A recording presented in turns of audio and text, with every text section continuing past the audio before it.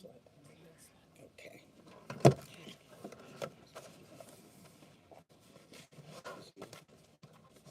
Okay, come on in.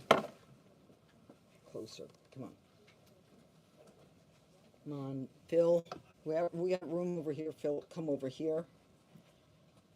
We have U.S. Marshals from Guam here. Just say hello. We're happy to have them here. And first of all, thank you all for being here. You have behind me a group of people who I think recognize today as the kind of day that reminds us why we do what we do. So, welcome to the United States Attorney's Office. I'm United States Attorney Jeanine Pirro. Every day in America, we lose innocent victims to violent criminals who seek to impose their violence on others. There is no timing, there is no warning. It's like a thunderbolt out of the sky. And suddenly, they are gone from us. And their families and friends and their community are left to suffer and wonder why. This is not only illegal, it is immoral, it is unacceptable, and we're not going to tolerate it. And that's why we're here today. Today, I stand here to address specifically the tragic event that has shaken DC, the senseless, fatal shooting of a 21-year-old intern by the name of Eric Tarpinium Jackham, who was fatally shot in Northwest DC far too soon on June 30th of 2025. He was shot and killed at 10:28 at night. He was hit 4 times. The scene involved 2 rifles, 1 9mm, and 79 rounds on the ground. Eric was a rising senior at the University of Massachusetts Amherst. He was in the nation's capital, as many young people are, pursuing his passion for public service. He was interning for Representative Ron Estes, and he was an innocent bystander who was caught in a violent act that was not meant for him. He leaves behind his mother, Tamara, his father, Robert, his sister, Angela, and his brother, Jeremy. And his death is a stark reminder of how fragile life is and how violence too often visits us in the nation's capital. And this is why the president has vowed to make DC safe and beautiful. This is why the nation's president, the president, is bringing together federal and local agencies to bring the force of the government against those who seek to destroy not only our quality of life, but our lives. And here to announce my thanks today to the Police Department. There are some real stars behind me who too often do not get the credit that they deserve. Right, individuals have been arrested, and this is a critical step in justice. But our work is not done as we continue to seek a 3rd suspect in this case. Charges have been filed against 2 individuals. A 17-year-old juvenile by the name of Jalen Lucas. He is a juvenile, now charged in adult court. Another 17 years old, Kelvin Thomas Jr., another juvenile being charged in adult court, both of them charged with murder while armed under the DC Code 22-2101, which is murder in the 1st degree. Now, these juveniles have prior violent juvenile records in the family court. This is why, from day one, when I came here, I knew that we were missing a whole segment of criminals in DC, in our nation's capital, because the DC Council thinks that these kids need to be protected. They don't need to be protected. They need to be made accountable, and we need to be protected. I am advocating and have advocated for jurisdiction over juveniles 14, 15, 16, and 17. They need to be brought into the criminal court so that we can prosecute them. Because if we do, we can prevent the murder that happened here based upon the histories of these two and the third individual that I cannot talk about. Eric didn't deserve to be gunned down, and the system failed him. The system that felt that juveniles needed to be coddled. And it's bad enough to be gunned down on any street, but to be gunned down in our nation's capital is an outrage. This killing underscores why we need the authority to prosecute these younger kids, because they're not kids, they're criminals. They're violent criminals. We have to hold them accountable. We have to prevent them from robbing the innocents of their lives. Now I'd like to call upon the police chief, Pamela Smith. Good afternoon. Thank you, Judge Pirro. I'm pleased to be joined today by Mayor Muriel Bowser, the Mayor of Washington, D.C., and Judge Jeanine Pirro, and the members of the Metropolitan Police Department and our federal partners in announcing 2 arrests in the homicide of 21-year-old Eric Tarpinian Jackum. I'm joined today by members of the Metropolitan Police Department, Assistant Chief Ramey Kyle of our Investigative Services Bureau, Commander Kevin Kentish, who leads the Criminal Investigation Division, and Detective Gabriel Truby of the Homicide Division. This morning, Judge Pirro and I had the opportunity to speak with Eric's mother, and our thoughts and prayers remain with the family, and we hope news of these 2 arrests and a third one pending, I'm confident we'll get the third one, gives Eric's loved ones some sense of peace as they continue to grieve a tremendous loss. Eric came to our city with a bright future ahead of him, interning in a role where he served the public on Capitol Hill. He deserved an opportunity to return home safely to his family, but was senselessly taken from his loved ones. From the night of June 30th, our detectives have worked countless hours gathering evidence that ultimately identified these suspects. I want to thank Homicide Detective Truby and his colleagues at MPD's Homicide Branch for their outstanding work. I could not be more prouder to stand with Detective Truby this afternoon. This was a complex case that required high-level detective work, and that is exactly what our team delivered. This is the level of dedication these detectives pour into every homicide case in our city. I also want to thank the U.S. Attorney's Office and the FBI Washington Field Office for their assistance throughout the investigation, and our partners at the Capital Area Regional Task Force, which we call Cardiff, and the United States Marshal Service for their efforts locating and apprehending these suspects this morning. I hope today's arrest sends a message to individuals who choose to commit violence in our city. If you harm innocent victims in our community, we will hold you accountable. I will now turn it over to Commander Kentish, who will share brief details and facts about the case that he's able to share today. Good afternoon. I am Commander Kentish, Kevin Kentish, with the Commander of the Criminal Investigations Division. This morning, 17-year-old Kelvin Thomas Jr. of Southeast D.C. and 17-year-old Jalen Lucas of Northwest D.C. were placed under arrest by members of the Capital Area Regional Fugitive Task Force and United States Marshals. They were arrested pursuant to a D.C. Superior Court arrest warrant, and they were both charged with first-degree murder while armed, premeditated. Both are being charged as adults in this case under our Title 16. The investigation revealed that around 10:30 p.m. on the night of June 30th, our suspects got out of a vehicle at the intersection of 7th and M Street Northwest.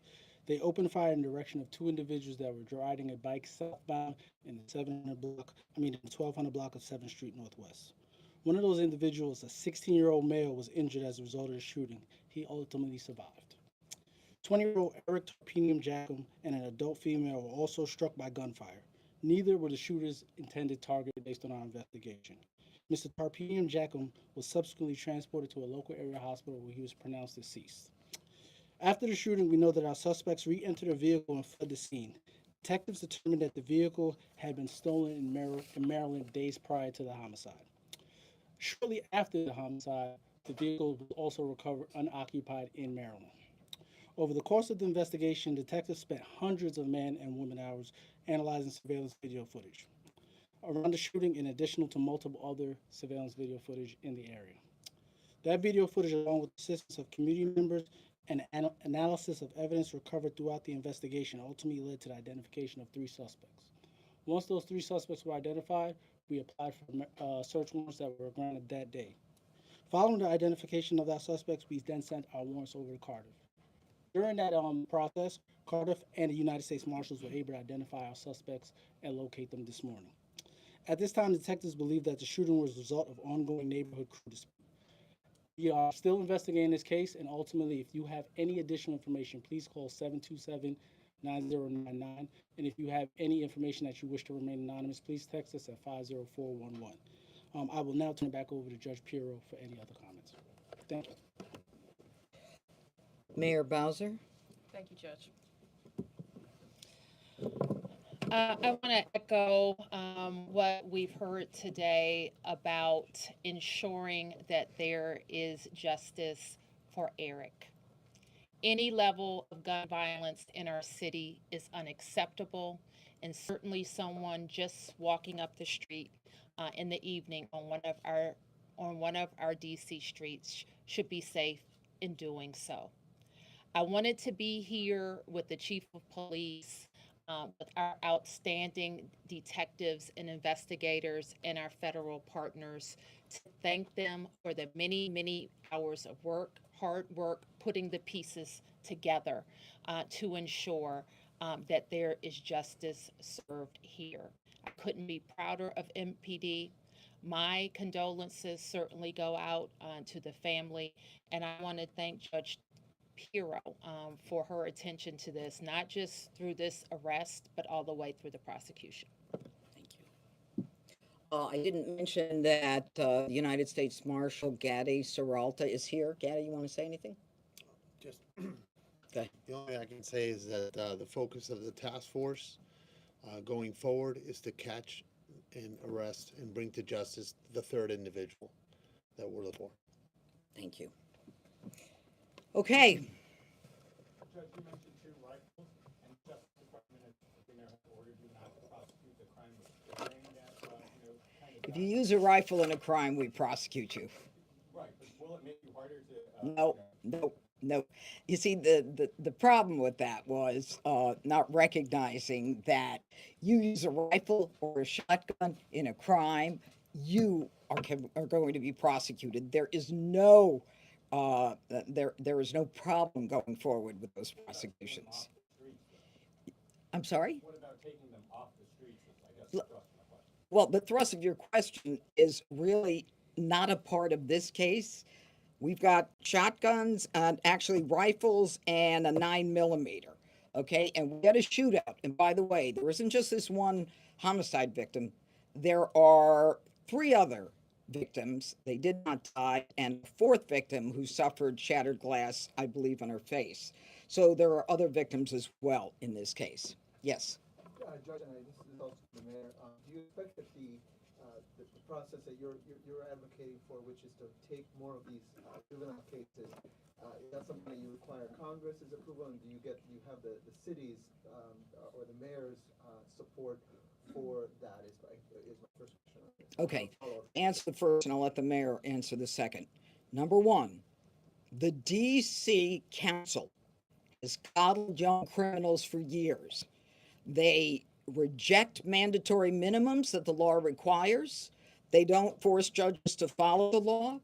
They have something called the youth rehabilitation and the incarceration reduction, as well as record sealing. Everything we do, the DC Council is looking to change to benefit the criminal. To specifically answer your question, we're going to need Congress to change the law. And I believe that if there's any case that calls for it, it is this case that makes it clear that these young punks who are on the street with guns, shooting at each other, killing innocent people, they need to be brought into my system and not in the family court system for rehabilitation, because they've been in that system more than once. And I don't think they've been rehabilitated. Go ahead.